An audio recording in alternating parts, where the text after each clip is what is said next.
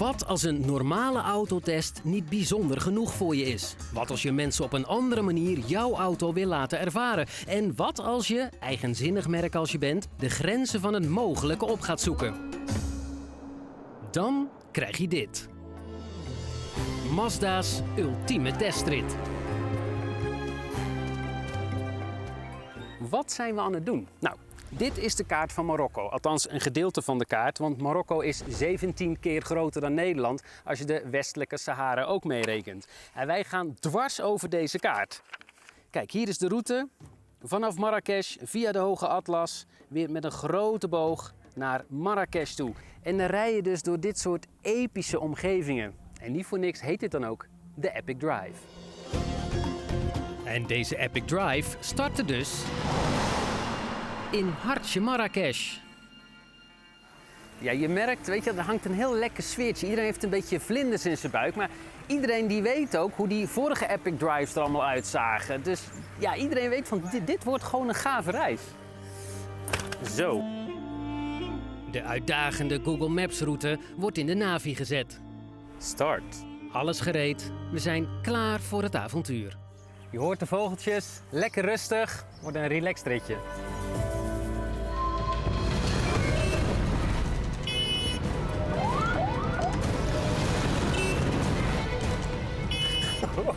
Yo, waar ben ik beland? Ja hoor, kom maar door. Kom maar door. Wow, wow. Ja. Ze rijden niet echt lekker, hè? Nee, ongelooflijk. Ik dacht een rustig ritje te hebben. Links en rechts de mensen en de scooters naast me. Kijk, je moet gewoon go with the flow, hè? Go with the flow. En ook als mensen oversteken, jij blijft gewoon rijden en die mensen blijven gewoon lopen. Nou, en uiteindelijk is er wel een punt dat ze voor of achter jou langs gaan of jij gaat voor of achter langs.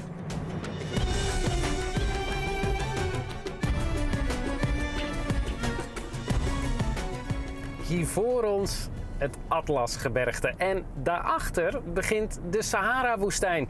En daar gaan we dus overheen, over dat Atlasgebergte. Over 2 passen, eentje van meer dan 2000 meter en eentje van meer dan 3000 meter. En dat gaat allemaal gebeuren met deze Mazda. Marokko heeft een indrukwekkende historie die meer dan 40.000 jaar teruggaat. Met Berbers of Amazigh zoals ze zichzelf noemen. Maar ook Joden, Arabieren en zelfs Spanjaarden en Fransen hebben hier de dienst uitgemaakt. En overal vind je delen van die geschiedenis in dit waanzinnige landschap.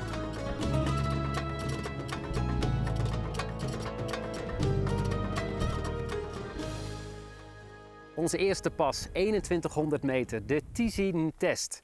Deze weg is ooit aangelegd door de Fransen met springstof om zo een route te maken tussen Marrakesh aan de ene kant en de vruchtbare grond aan de andere kant. En hoe verder we rijden, hoe spectaculairder het wordt.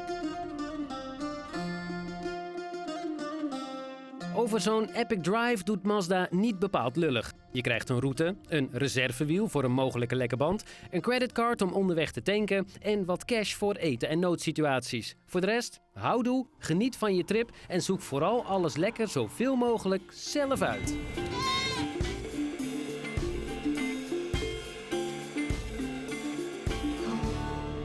Kijk, dan heb je nog 110 kilometer actieradius in je tank zitten. Maar dan is de vraag, is hier binnen 100 kilometer een tankstation? Ik zou je zeggen, we hebben de afgelopen 3 uur geen tankstation gezien.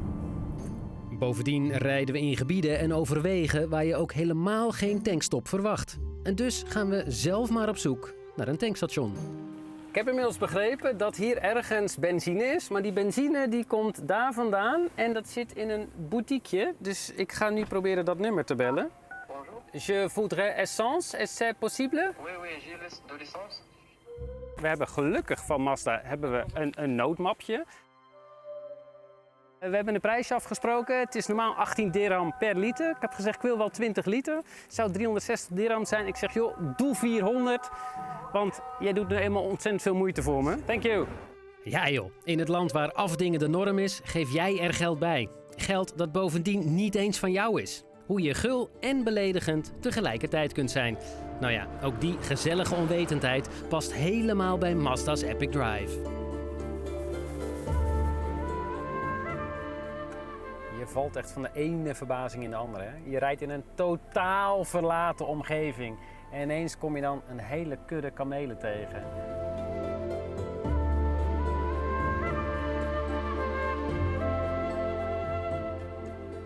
Dit is toch goud, hè?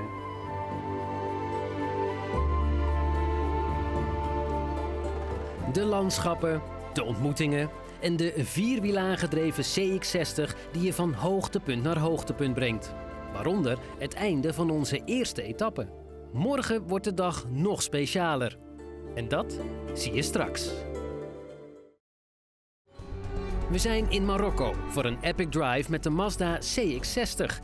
Een epische rit om de auto op een andere manier te ervaren dan je zomaar in Nederland zou doen. En daarbij gaat het niet zozeer om de bestemming, maar vooral om de reis. En die reis begon in de schitterende hectiek van Marrakesh.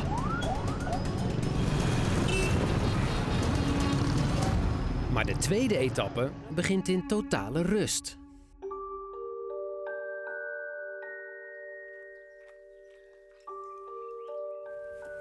Kort nachtje, maar kijk waar je wakker wordt.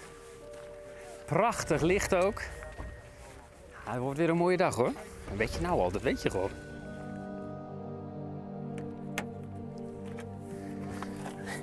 Kijk, dat is zo lekker aan deze auto. Ik ga zitten. Hij zegt, welcome Andreas, want hij heeft mij al herkend. De auto weet precies dat ik nu achter het stuur zit. Dus mijn stoel, mijn stuur, zelfs de klimaatbeheersing en de radio-instellingen, die zijn nu helemaal volgens mijn smaak.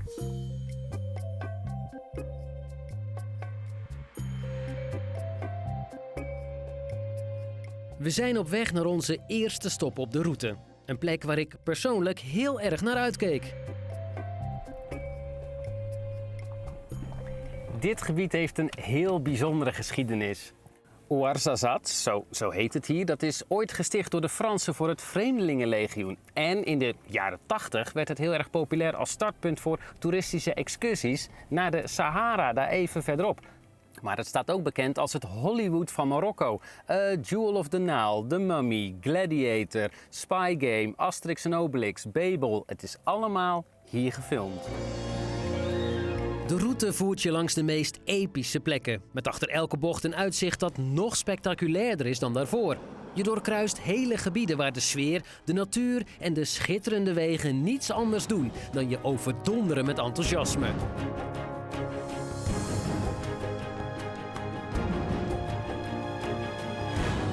Maar achter elk echt avontuur schuilt ook een bepaalde mate van gevaar en ook dat kom je onderweg tegen. Her en der word je geconfronteerd met de enorme kracht van de natuur. Ja, hier is wel erg tonend wat er in september 2023 hier is gebeurd. Dan zouden we eigenlijk al deze epic drive hebben gehad, maar toen was de grote aardbeving hier in Marokko. En overal zie je dan daar nog de reliquieën van. Je ziet mensen zeg maar echt gewoon doorgaan leven en wonen dan in tentenkampen, maar je ziet nog steeds een hele hoop verwoesting. En iedereen doet wel heel erg zijn best om het allemaal op te ruimen. Maar er is gewoon heel veel werk te doen hier.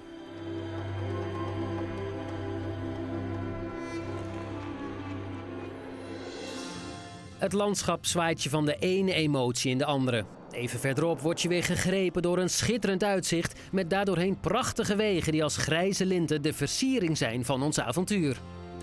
Die 327 pk die rijdt hier wel erg lekker hoor.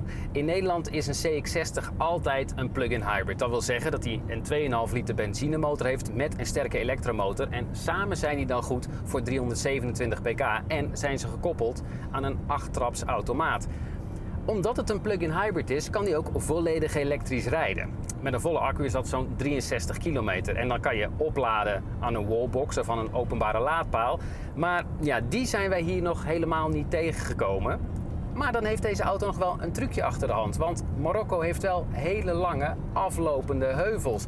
En als je afdaalt, dan laat hij zichzelf dus weer op. En als die afdaling dan maar lang genoeg is, ja, dan heb je vanzelf weer 63 kilometer volledig elektrische actieradius. Helemaal gratis. Mazda kennen ze hier in Marokko wel, maar een CX-60 niet of nauwelijks. En in Nederland is dat wel anders. Daar wordt deze auto steeds populairder. Dat komt ook omdat het een hele populaire caravan-trekker is. Deze auto die mag 2500 kilo trekken. En dat maakt hem de tweede best verkochte caravan trekker van Nederland. En de nummer 1 is zijn broer, de CX-5. Die is al voor de 6e keer achtereen de best verkochte caravan trekker van Nederland.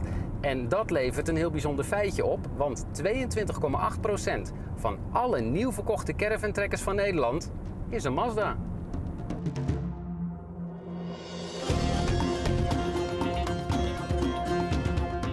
We zijn er bijna, met zo'n 1200 kilometer achter de kiezen. Alleen nog even een klein stukje door Marrakesh.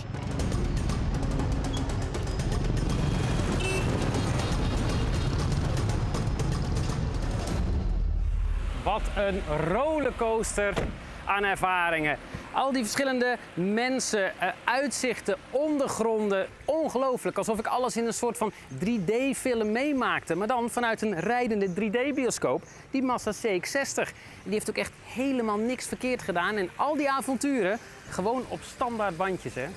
Dat is toch waanzinnig. Vooraf niet weten waar je aan toe bent, maar erop vertrouwen dat het goed komt. En onderweg genieten van alles wat je meemaakt. Dat is de essentie van Mazda's Epic Drive.